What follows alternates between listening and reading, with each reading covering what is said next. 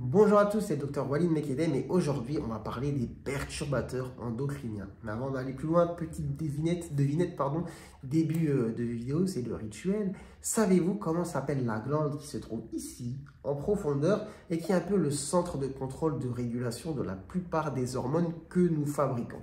Si vous avez la réponse, n'hésitez pas à la mettre en commentaire. Sur ce, on entre dans le vif du sujet. Les perturbateurs endocriniens, de quoi s'agit-il?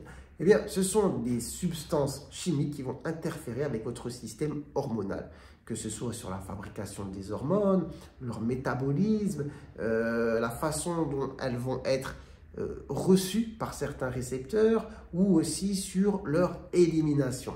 Ça peut avoir des conséquences sur le développement de l'enfant dans le ventre d'une maman, sur votre fertilité. Ça peut avoir des conséquences sur votre homéostasie hormonale, c'est-à-dire votre règlement hormonal. Je n'arrive pas à le dire avec des bons mots, mais vous avez compris, ça peut créer des dérèglements. Ça peut avoir des conséquences sur la santé. Ça peut jouer sur certains cancers dits hormonodépendants. Donc, en gros, c'est pas top pour la santé et dans une certaine mesure, on aimerait pouvoir limiter leur impact. Cependant, il y en a pas mal de perturbateurs endocriniens. Vous allez vite voir qu'il y en a un petit peu partout. Enfin, partout, j'exagère peut-être, mais vous m'aurez compris.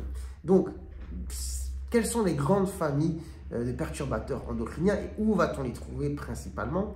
Donc, on va parler de certaines molécules que vous allez sûrement entendre de temps en temps, bisphénol, phtalate, parabènes et aussi les choses qu'on va retrouver dans les pesticides. Mais en gros, si on doit faire des catégories, où va-t-on retrouver principalement les perturbateurs endocriniens? Eh bien, ça va être dans les plastiques, ça va être dans les cosmétiques, ça va être dans les produits ménagers et ça va être dans les pesticides.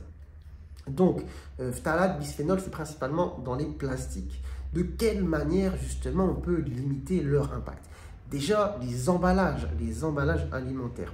Il faut éviter de mettre votre nourriture dans des emballages en plastique et surtout, il faut éviter de chauffer dans un emballage en plastique.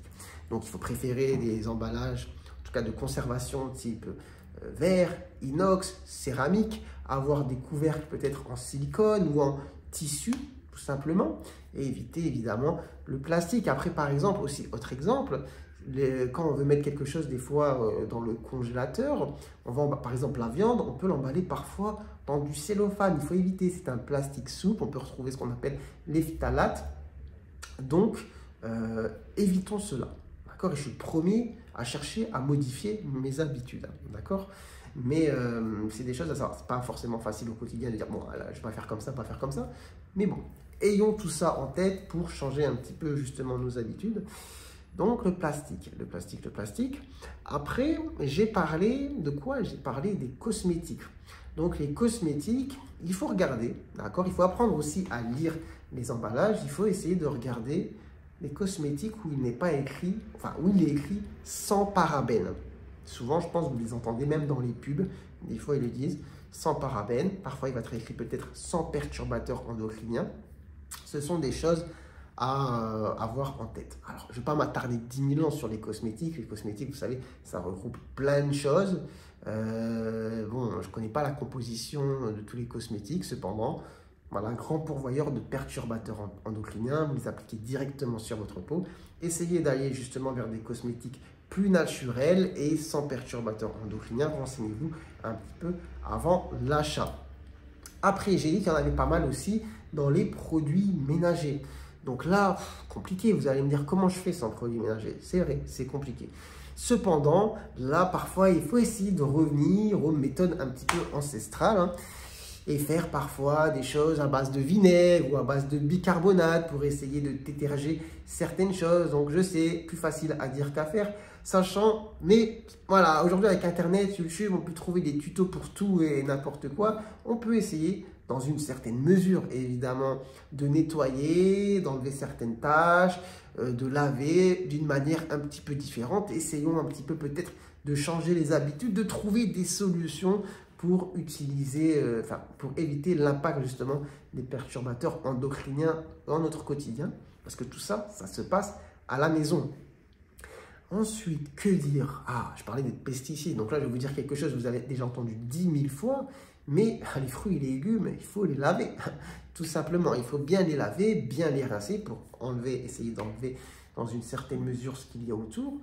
Privilégier, là je vais vous dire quelque chose, je sens que peut-être il y en a qui ne seront pas d'accord dans les commentaires, les aliments bio. Après je sais qu'il y a toujours ce débat de se dire oui mais en fait le bio c'est pas vraiment bio, etc. Je ne suis pas un spécialiste sur le sujet. Cependant, si on vous dit que tel légume a été cultivé sans pesticides, etc., que vous savez, bon, c'est mieux d'aller vers cela. Après, peut-être qu'on vous ment, je ne sais pas.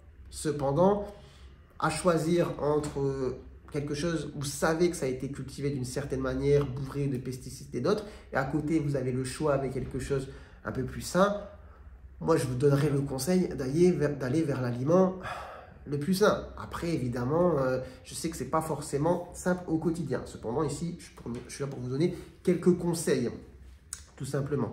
Donc, l'alimentation, donc voilà, ça joue beaucoup.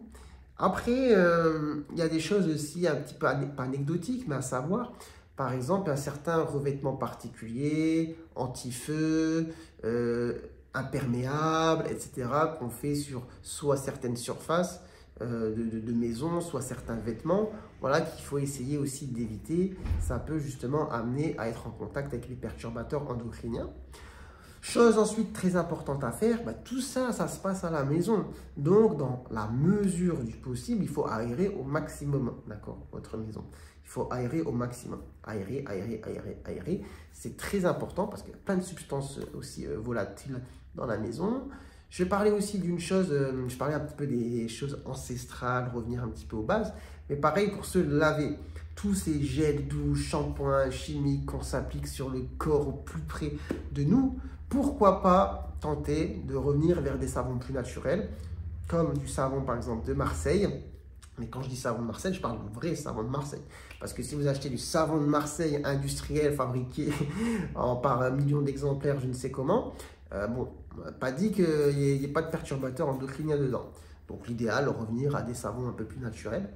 Donc voilà, voilà. Après, on est d'accord, je suis d'accord, on peut... C'est parfois difficile, compliqué de mettre tout cela en place. Cependant, comme je l'ai dit précédemment, je donne juste des pistes, des conseils à vous de voir un petit peu ce que vous pouvez faire là-dedans. Et moi-même, j'y réfléchis. Là, je vous donne des conseils que je n'applique pas forcément. Mais c'est des choses voilà, qui me viennent en tête. J'ai étudié un petit peu en ce moment le sujet. Je trouvais ça très intéressant. Et je me dis, effectivement, il y a des choses à changer dans notre quotidien. On peut faire peut-être des efforts, moi le premier. Un exemple, là, dans mon sac, j'ai une gourde en plastique. Bon, voilà, je me suis dit, il faut que je change ma gourde. Donc, c'est dans les projets en ce moment. Enfin bref, je vais m'arrêter là. Mais je suis en train de lire, enfin, je vais commencer parce que je ne l'ai pas encore commencé, un livre intéressant sur les perturbateurs endocriniens. Et peut-être qu'une fois que j'aurai appris encore pas mal de choses, je reviendrai vers vous pour vous en parler. Enfin, cependant, on n'est pas encore là. Donc, on va s'arrêter sur tout cela aujourd'hui. Voilà. Donc, moi, j'ai plus qu'une chose à vous dire, c'est prenez soin de vous, prenez soin de votre santé. Et à très bientôt, je l'espère, pour de nouvelles vidéos. Et surtout, n'oubliez pas de vous abonner à la chaîne si vous la découvrez. Allez, ciao, ciao.